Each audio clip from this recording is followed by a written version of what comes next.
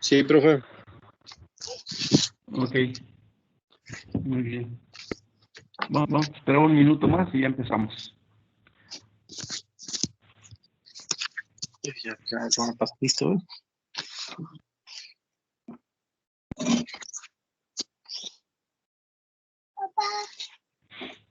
Profe, una pregunta. Sí, dime. ¿Nos va a compartir su material, sus diapositivas? ¿Vale? Sí, no los he subido, ¿verdad? Ya Me parece, pasado. me parece que no, profe. Pero sí, hoy tarde lo comparto. Gracias. Sí, hoy más tarde comparto las presentaciones. Claro que sí, lo comparto, no hay problema.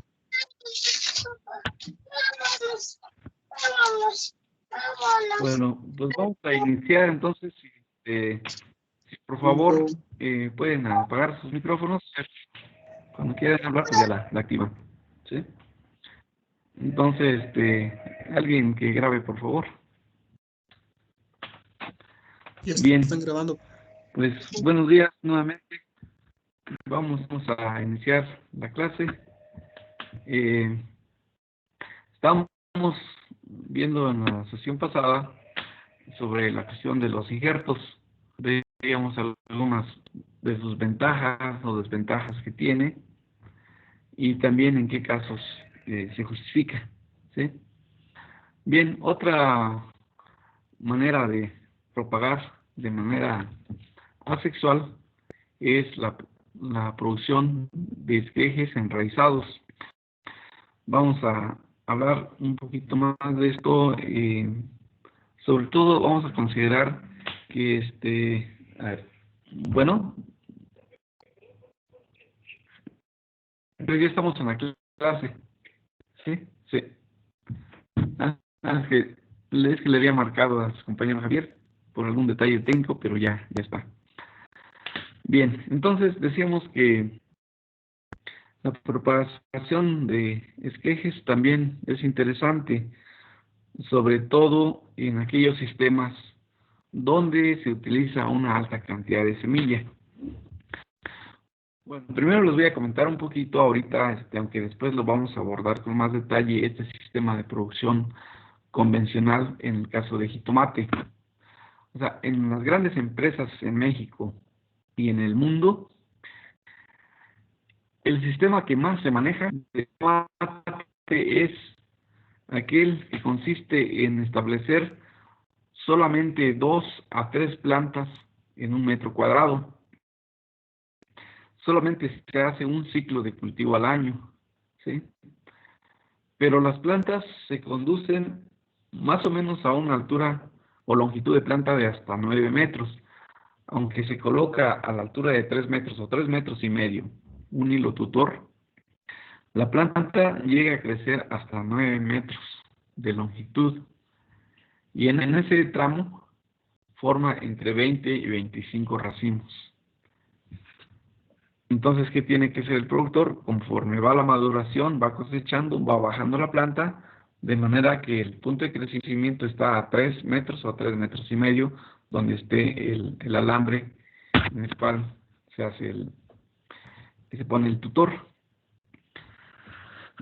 Con estos sistemas se llegan a producir más o menos de 200 a 400 toneladas por hectárea en un año. Depende del rendimiento que se logra. Si pueden apagar sus micrófonos, por favor. ¿Alguien lo tiene activado? Dependiendo de la tecnología que se utilice, se puede lograr un poco más o un poco menos de este rendimiento. En México, como solo pocas empresas manejan alta tecnología, llegan a producir 400 hasta 500 toneladas por hectárea. Bajo invernadero, sofisticado y con sistemas hidropónicos. Si se maneja bien, se logra ese rendimiento. Pero muchos productores que no tienen las condiciones climáticas favorables en su invernadero para controlar estos factores y hacer que las plantas produzcan más, solamente llegan a producir de 200 a 300 toneladas por hectárea en un ciclo al año. En cambio, en algunos países desarrollados como Holanda, por ejemplo, Canadá,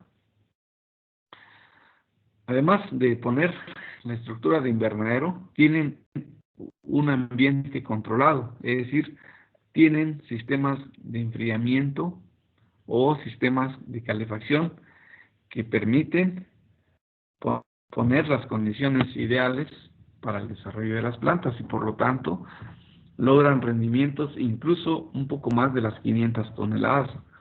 Han reportado hasta 700 toneladas por hectárea, que aunado a un alto precio resulta pues muy ventajoso para el productor, muy ventajoso en el sentido que obtiene o genera muchas divisas de su unidad de producción. Bueno, sin embargo, esta tecnología es muy interesante, pero tiene costos de producción muy altos. O sea, estamos hablando que un kilo de jitomate, por ejemplo, para ellos viene costando como pues casi €1, un poquito más o como $1, o sea, 18, 20 pesos. Entonces es difícil. ¿Qué tienen que hacer ellos? Pues buscar mercados selectos. Afortunadamente para ellos no es problema, porque esos mercados en Europa todo es mucho más caro y venden a precios el doble de eso. Entonces les es rentable. Pero si un productor aquí en México quiere manejar esa tecnología, a menos que sea un mercado muy especial o que exporte, sería rentable. Pero si su producción va al mercado nacional, al contrario, puede llegar a quebrar su producción en términos económicos. Otro problema de este sistema es el mercado. Aquí en México, el mercado normal es continuo, o sea, todo el tiempo hay demanda, pero los precios son muy fluctuantes. Más o menos, digamos que de mayo, junio, julio, agosto, hasta esas fechas, es cuando más se produce, pero los precios generalmente es un poquito más bajo. De septiembre, octubre, empieza a subir un poco el precio. Y normalmente los precios, en el caso de jitomate, esto lo digo con base a datos estadísticos de diversas centrales de abastos, en particular de la Ciudad de México, resulta que noviembre y diciembre y parte de enero es cuando el precio del jitomate es mucho más alto. Pero resulta que los productores, pues en esa época ya su cosecha se está terminando por la época de frío que tenemos. De manera que pues hay alta producción, pero hay relativamente bajo precio. Va bajando la producción, va aumentando el precio. Cuando ya el precio está alto, pues ya casi no hay cosecha. Al menos que se maneje calefacción para esa época. Y es así como algunos productores le hacen para lograr tener buenos precios de mercado. Entonces, por eso normalmente en estas épocas el precio del jitomate tiende a subir mucho porque se baja también la demanda. Además, este sistema acarrea un problema muy fuerte que son las enfermedades. O sea, con el tiempo, las plantas, digamos, si se establecen los semilleros en febrero, marzo, en abril se están haciendo trasplantes, en mayo, junio, julio, hasta agosto, septiembre, que va terminando la cosecha, son varios meses. Entonces las plantas se van enfermando cada vez más conforme pasa o avanza el ciclo. Se hacen más las plantas, crecen hasta, les digo, 7, 8, hasta 9 metros, en algunos casos de longitud, y entonces el transporte de agua y nutrientes, pues es más difícil. Y finalmente la producción va disminuyendo. Entonces, ante eso es que hemos ido desarrollando. El doctor Felipe Sánchez del Castillo ha trabajado mucho en eso y pues hemos contribuido en ese desarrollo últimamente, en ese desarrollo tecnológico, en el manejo de las plantas mejor en ciclos, nada más que manejado en alta densidad de población. En ciclos cortos, después les les voy a hablar un poquito más todavía de esto, pero para dar entrada a esto de los esquejes, estoy como tratando de justificar nada más por el momento. En ciclos cortos manejamos 3 ciclos al año y el del trasplante a fin de cosecha son 3 meses o hasta 4 meses, máximo 4 meses para lograr 3 ciclos de cultivo al año. Pero como son ciclos más cortos, entonces es posible incrementar la densidad de población. De manera que hemos hecho muchas pruebas y manejamos densidades de 8 a 10 hasta 12 plantas por metro cuadrado de invernadero. O sea que por metro cuadrado útil es un poco más todavía. Si establecemos 12 plantas en un metro cuadrado útil, como más o menos una tercera parte corresponde a pasillos en el invernadero, eso equivale más o menos a 8 plantas por metro cuadrado de invernadero. Si tienen duda, lo explicamos un poco más esto. El asunto es, el asunto es de que se llegan a establecer, fíjense, 8 a 10 plantas. Segunda en importancia, es la planta fresca que tú encuentras en el mercado o que tú has colectado y que por ahí está guardada, planta fresca. Por ahí, si alguien puede pagar por... Entonces, el punto es de que se establecen muchas plantas por metro cuadrado, 8 a 10 plantas, pero se manejan ciclos cortos y al final logramos sacar 3 ciclos. Fíjense, si manejamos 8 plantas por metro cuadrado, en un ciclo, eso significa 80,000 a 100,000 plantas por hectárea, cuando normalmente se manejan en un sistema convencional de 2 a 3 plantas por metro cuadrado. O sea, digamos 30,000 plantas. Y en este sistema estamos manejando de 80,000 a 100,000 plantas en un solo ciclo. Si llevamos esto a 3 ciclos de cultivo al año, significa de 240,000 a 300,000 plantas, lo que necesitamos. ¿Sí me escuchan bien, verdad?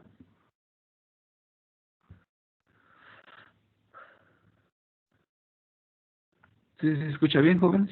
Sí, profe, se escucha bien. Profesor. Muy bien, gracias. Gracias. Entonces, fíjense, la cantidad, eso, pues cada planta lo logramos a partir de una semilla. Entonces, fíjense, la cantidad de semilla que ocuparíamos, 240,000 a 300,000, ¿sí? Entonces, este sistema de alta densidad de población, lo vamos a platicar un poquito más, pero ahorita para entrar a esto de los esquejes, lo que quiero es que vean cuánta cantidad de plántulas se requiere, ¿sí? Es un mundo de plántulas, por hectárea hasta 300,000 plántulas, hablando de 3 ciclos, ¿sí? Bueno, mucha semilla, ¿verdad? Y la otra cosa, ok, se requiere mucha semilla, pero ¿cuál es el mayor problema? De que las variedades híbridas que se ocupan para producir en invernadero, en hidroponía, pues normalmente son variedades altamente productivas, pero requieren, o sea, pero tienen estas un alto costo, ¿verdad? Entonces, bueno, ahí nada más ilustro unas imágenes de los trasplantes que hacemos, del despunte de racimos y de la alta densidad de población. Fíjense, se requiere entonces mucha semilla, y si una semilla, fíjense, ahorita en el mercado, no sé si algunos de ustedes en sus estancias o en sus prácticas que han desarrollado, estén sembrando jitomate, y si alguien tiene idea de en cuánto sale una semilla de jitomate, ¿alguien me puede decir? Si tiene algún conocimiento de eso.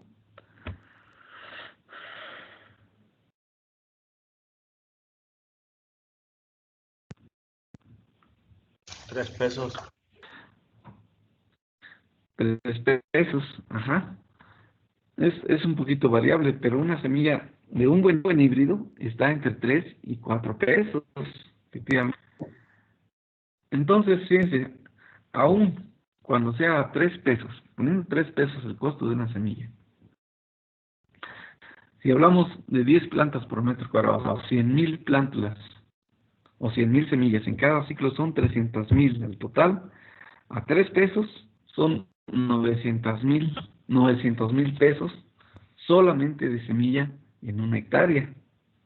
Y entonces, este sistema de alta densidad de población, como lo vamos a ver un poquito después, tiene mucha alto rendimiento. Podemos programar el cultivo cuando puede tener mejor precio, o sea, da algunas ventajas. Sin embargo, hasta ahorita el problema principal que vemos de ese sistema es la alta cantidad de semilla que se ocupa. Incluso creo que alguno de ustedes ya lo había señalado también, y es cierto. Entonces, 300,000 semillas a 3 pesos, 900,000 pesos, o sea, es mucho dinero para un productor, ¿sí? Entonces, pero bueno, al final vamos a ver que sí se justifica. Aún así, bien manejado, va a dar el rendimiento para que se recupere ese costo y de un poco más. Acuérdense que en estos sistemas de hidroponía y de invernadero no podemos manejar o no debemos manejar variedades que rindan menos, o sea, aunque sean más baratas. Alguien puede decir, pues compro semilla de a peso, ¿no? Que sí también hay, pero no va a tener el potencial de producción como las nuevas variedades que han ido saliendo en el mercado. Cada vez son más productivas, cada vez con más calidad o alguna resistencia a algunas enfermedades. El problema es costo. Entonces, ante esa situación es muy caro la semilla. Por eso una alternativa, y como parte de este paquete de tecnológico de producción en alta densidad, empezamos a trabajar cómo se debe establecer los esquejes. ¿Sí? Entonces, el esquejes, y ustedes saben, el esqueje es el brote, ¿verdad? El brote como si de una planta, ¿sí? Entonces, las plantas, después de que se forman, dependiendo del tipo de variedades, son las variedades que les llamamos indeterminadas, primero se forman unas 5, 6 o hasta 7 hojas, y luego se forma la primera inflorescencia. Más o menos a la altura de la primera inflorescencia ya se empieza a formar el primer brote latino. Después de la inflorescencia se forman 2 o 3 hojas y otra inflorescencia. Y en cada una de las hojas potencialmente se puede ir formando, o hay una yema que puede dar lugar a un brote. Y esos brotes, en el manejo convencional del jitomate, son los que se eliminan cuando se maneja solamente un tallo. Entonces, estos los podemos quitar, y aquí tenemos la oportunidad de elegir brotes que estén de mejor calidad, ¿sí? Entonces, lo que hacemos es quitar ese brote y es el que vamos a enraizar. Pero bueno, podemos agarrar el brote y ya lo ponemos a enraizar fácil. Y en general, en el caso de jitomate no es complicado, pero hay que seguir algunos protocolos o un protocolo que nos lleve al éxito de una con buena calidad. Entonces he hecho varios estudios y, por ejemplo, hemos probado volumen de sustrato y densidad de población, o sea, usando diferentes tipos de charolas, diferentes tipos de volumen, estableciéndoles una sí, una no, buscando cuál es la mejor densidad de población, el tamaño del esqueje, origen, ¿sí? Si lo tomamos del ápice o de los brotes, ¿sí? O sea, diferentes formas de enraizamiento. Hemos hecho ya bastante trabajo sobre esto, incluso cómo debe ser el manejo ambiental, para que si nosotros le proponemos al productor, ok, utilice este sistema, dándole las bondades que en un momento los vamos a explicar un poco más. Entonces, el primer punto va a ser, ¿y por qué tanta semilla? ¿Y cuánta semilla? ¿Y cómo lo voy a hacer? Entonces, si les vamos a decir, ok, siempre maneje el sistema, pero usando, ahora tenemos que decirle cómo debe ser el manejo para que sea exitoso. Entonces, aunque ya hay varios trabajos, pero aún falta siempre algo más que hacer. Entonces, recientemente hicimos un trabajo de investigación donde probamos otros detalles más, como es el enraizamiento de los ejes, pero directamente en la solución nutritiva. Normalmente enraizamos los ejes en sustrato,